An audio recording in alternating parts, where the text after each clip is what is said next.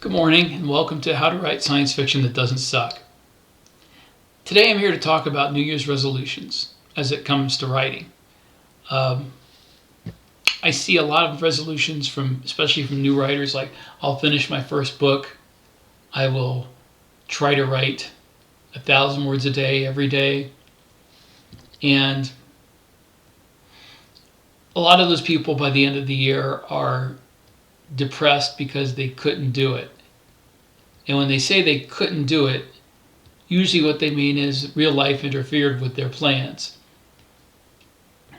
But that is not unique to writing.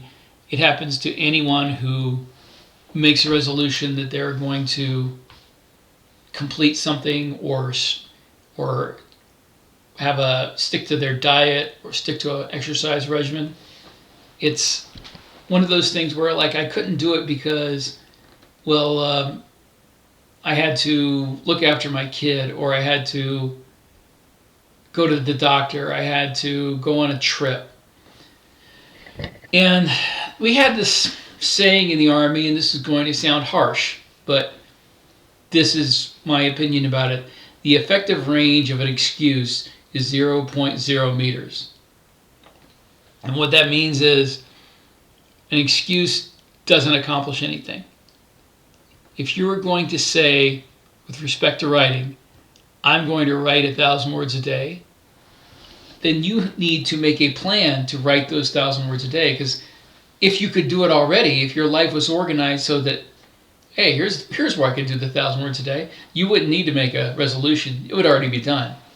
If you're going to tell yourself and others, I'm going to write 1,000 words a day, then you need to look at the schedule for your normal day and plan the hour or 2 hours, if you need it, that it takes for you to write 1,000 words.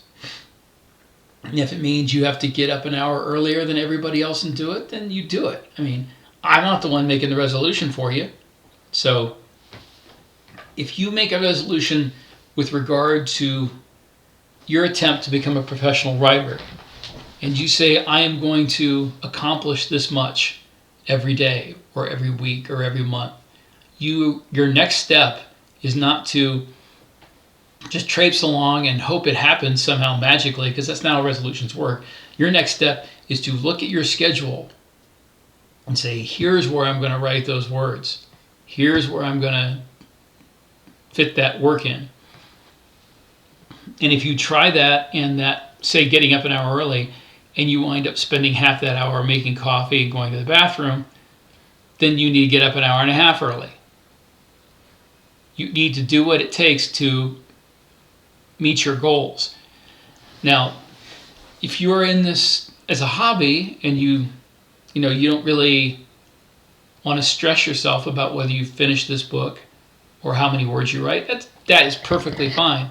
I am not one to tell anybody that they shouldn't write as a hobby. I do wildlife photography as a hobby, and sometimes I hear people who do it for a living or trying to, lamenting, oh man, I didn't want to do this, but I had to, and I had to go here, and I got skunked. I didn't get anything. It was such a hassle. And I'm like, I'm glad that I do it as a hobby, and I don't care if I make money. And if I don't get anything on a trip, it was still fun, and I wasn't doing it for money. I wasn't doing it to accomplish a mission that had to be done in order for me to pay the bills, which makes it fun. And if you want to look at writing that way, if that's how you're approaching it, there's nothing wrong with that. But if you plan to do this for a living, then setting goals is important. Keeping those goals is important. Self-discipline is important. I haven't gone much into the mechanics of getting words down. Most of what I've talked about in this video series is the craft part of it, how to write something well. And once you do that, though, once you get to the point where you're writing well, The next step in that journey is writing more, which means writing faster. And it's going to take a while to get to that point, which means you might as well start now, because it's not going to take any less time if you wait to start.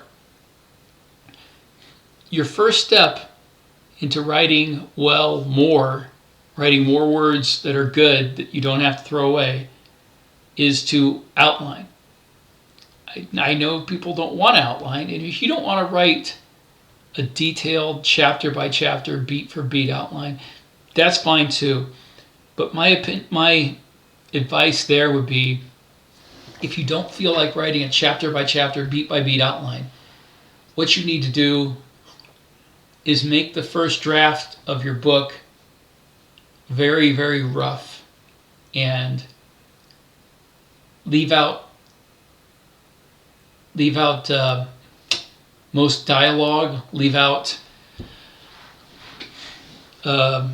inner thoughts, and just write a draft that is what happens in the book, just the action that takes place. And that, when you are done with that, when you reach the end of what's going to happen in the book, you will have written an outline. It's not a formal outline. It's more of a really, really rough first draft, but it's something you can use as a framework to write the rest of the book.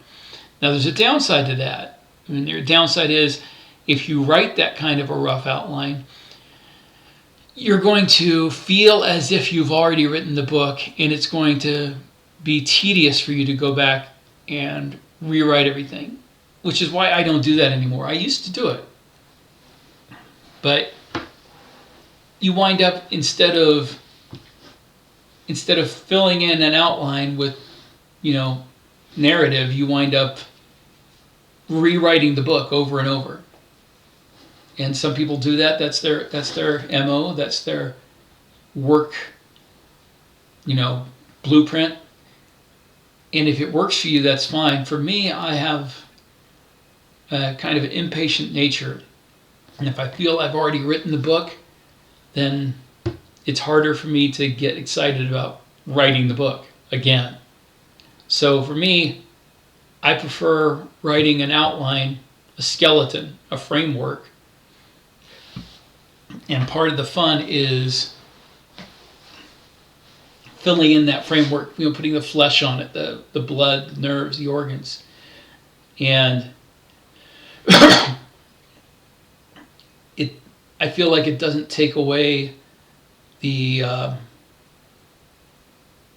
joy of discovery, I guess. People call it discovery writing when you work without an outline. But for me, if I have an outline, I still have the joy of discovery. If I do as a lot of people who pants do and write a really, really rough first draft, well, then you have to rewrite that first draft, and that's not going to have the joy of discovery. And a lot of those people are constantly, even the professionals, whine and moan about how tedious it is to write the next draft and how many drafts they're going to have to go through. And I'm like, well, if it's that big of a pain in the butt to rewrite another draft, why are you so intent on discovery writing? Why not outline it? And if you get to the point where you can write a very complete outline, then you don't have to write multiple drafts. A lot of the people who go through multiple drafts don't outline, or they do a very rough outline. Like, one word or one sentence per beat, per, section of the story, per chapter. If you do a complete outline of the chapter, chapter by chapter, that lists, the smells they're smelling, the temperature they're in, the people they meet, what their names are. If you do that complete, then you leave a lot of room for growth and discovery, but you also make it so that you don't have to write multiple drafts. All right, so that's my advice for increasing your productivity for the new year. Now, for me, for the new year, I pretty much at this point know exactly what books I have to write. I have to write 9 books. Here's my. I'm just going to give you my work schedule for next year. I've got to finish the book I'm more than halfway through that is in a series I'm doing with Jeff Cheney, J.N. Cheney. It's the second book.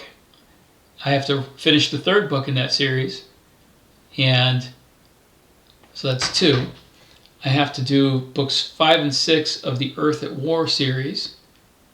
I have to write books 10, 11, and 12 of the Drop Trooper series. And I have to write 3 more books for a new series that I've signed on to do with Aethon. And actually that's 10 books. I'm sorry, I said 9. I think I was not counting finishing book 2 of the series I'm doing with J.N. Cheney. So I get 9.5 books that I have to finish by the end of the year. The book 2 has to get finished by January 15th, so I kind of counted that towards the last year. So I have commitments to write every single one of those books. Those are signed contracts.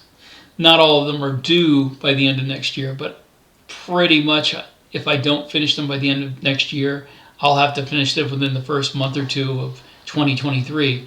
So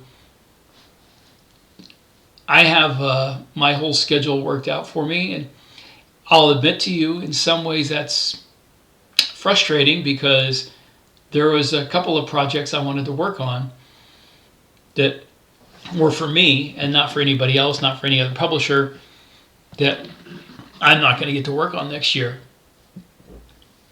I have 9.5 books to complete. I have 2 short stories I've committed to, and I'll probably have another short story thrown in there. And I know I can write 10 books in a year, or 9.5, because I wrote 12 books in 2020. I finished 10 books, and really 10.5 in 2021. So 9.5 in 2022 is not undoable as long as I don't have any catastrophic distractions. I mean, I had distraction of moving this year. So, I mean, moving for a solid week, I pretty much wrote nothing. And for some people, they were like, well, it's just a week. But if you have a output schedule that requires a minimum of 2,000 words a day, and you're doing none for 7 days out of the year, that's your vacation. You're not getting another vacation that you can not write in. Because I schedule 2 weeks vacation in the spring and 2 weeks in the fall where I don't write or don't write much. And if something else comes up to take up one of those weeks, well then that's one of those weeks of vacation I'm not getting. So as long as nothing happens that takes up a week or 2 of my time and I'm forced to not work, then I should be able to finish 9.5 books without a problem.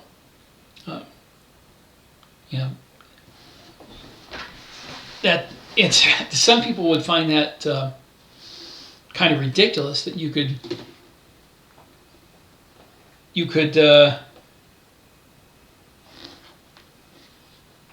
even the idea of writing 9 books in a year. Some people find that ridiculous, but that's one of those things that you get with practice. It's not something I expect everybody or even majority of people watching this video to make as a goal for their year. I've been doing this quite a while. I've been writing. I started writing with the intent to publish 26 years ago. So, I mean, I didn't get published then, but I started it then. So I've been writing with the intent to publish since 1995. I have been published, either self-published self-published to start since 2011, and I've been writing as a way to make a living since 2017. And since 2017, I have not had a year where I let up. I wrote one book. I wrote one book in 1995, one book in 1996. Did nothing for over 10 years.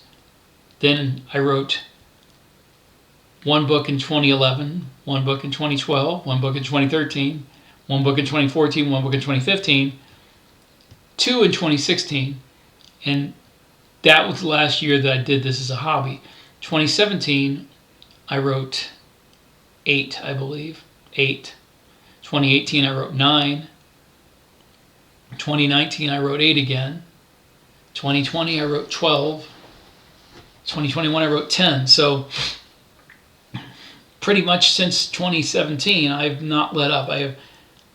I've written at least 750,000 words a year for the last 4 years in a row. So that's daunting thinking about it. I mean, when I think back, if I had told myself, yeah, you're going to write 750,000 words and at least 8 books for the next 4 years, I probably would have run away screaming. But like every good habit you get into, be it exercising or, self-care,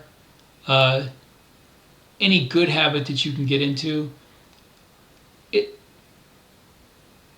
kind of has builds a momentum that carries you along, and it doesn't take the effort that it used to anymore. Writing 3,000 words a day, man, one time that would have been like, oh my God, do I have to do that every day? But now it's just like, yeah, that's what I do. If I'm not exercising or eating or taking the dogs outside or doing some chore, then I'm here at the computer writing. And I don't do this every hour of the day, don't get me wrong. Like I said, I do other things. I go eat a meal, I'll go to the grocery store, I'll go somewhere with my wife, or I'll go to the gym and work out. But when I come back home, I'm back at the computer. It's just like a natural thing. And I'm at this computer usually until late at night. Some nights it's 10:30, some nights 11:30, some nights 1 in the morning, depending on how much other stuff I have to do in the day. But it's not like I say, well, I'm just not going to get those words in today unless something else happens, like, moving or going out of town. I had to drive all day.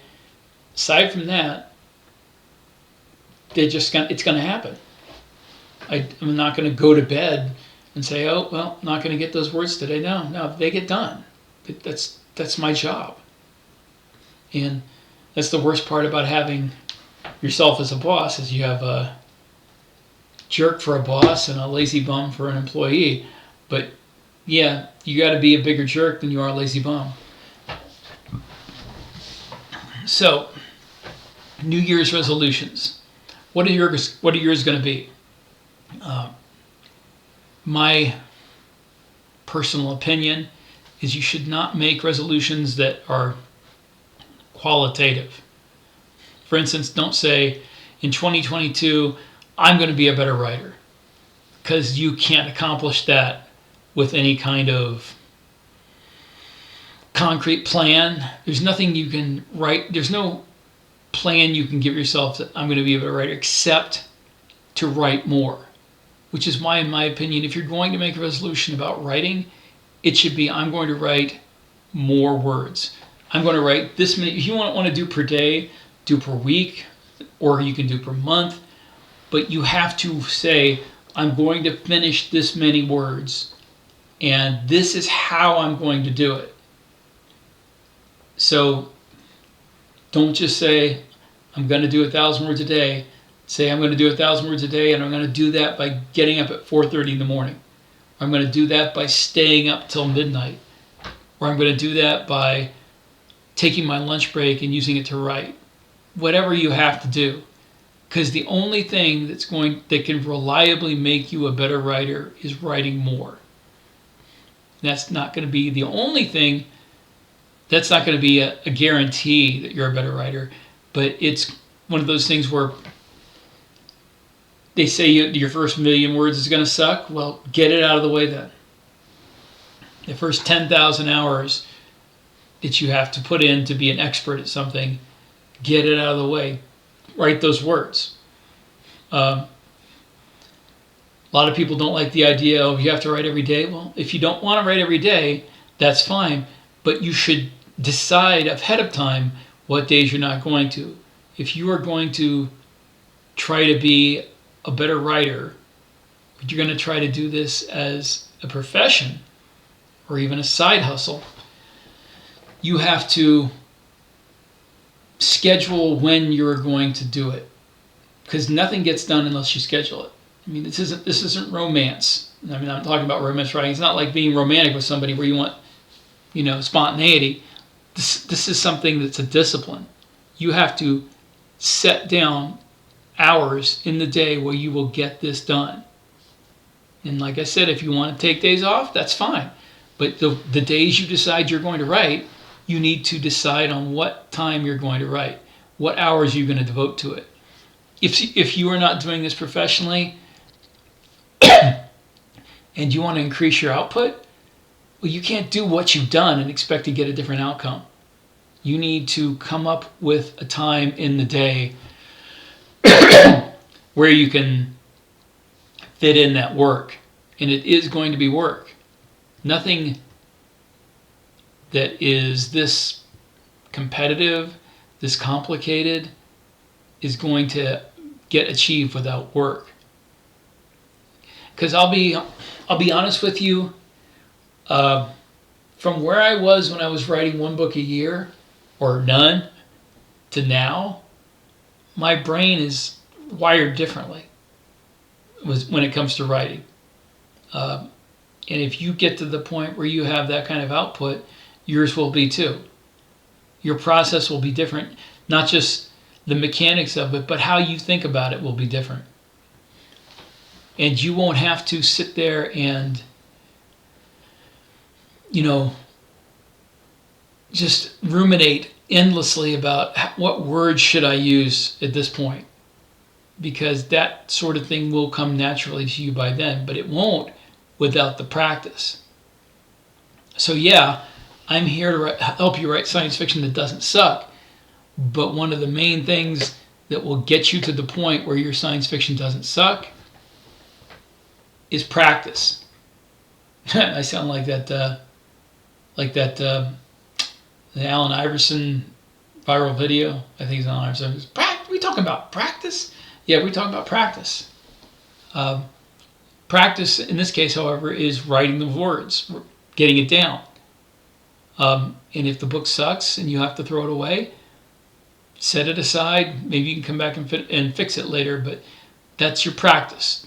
The effort that athletes put into practice before a game is sometimes more than the game itself, and the effort you're going to put into being prepared to be a professional writer is going to be more than what the books are going to take once you get to that point.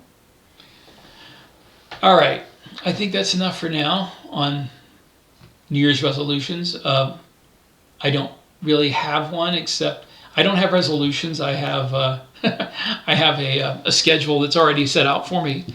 If you want to make resolutions, as I said, my advice is to make them quantitative, because qualitative resolutions, like I'm going to be a better writer, they don't happen. You have to write more to write better.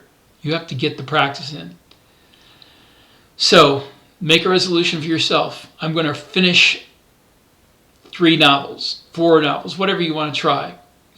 Some of you might be just finish 1 novel, and I'm going to do it by writing this many words a day. And you figure out how many words that novel should have, or those novels, and how many days there are in the year, and you divide that evenly. And if you want to say, I'm going to take this many days off from writing, then you divide it among the days that are left, and then you figure out how to get those hours into those days. I'm here about the craft, but If you never finish a book, then the craft is meaningless. You have to be able to maintain the self-discipline to finish what you start. All right, and I guess I will say goodbye. I hope you had a good Christmas, and I hope you have a happy New Year, and I will see you in 2022.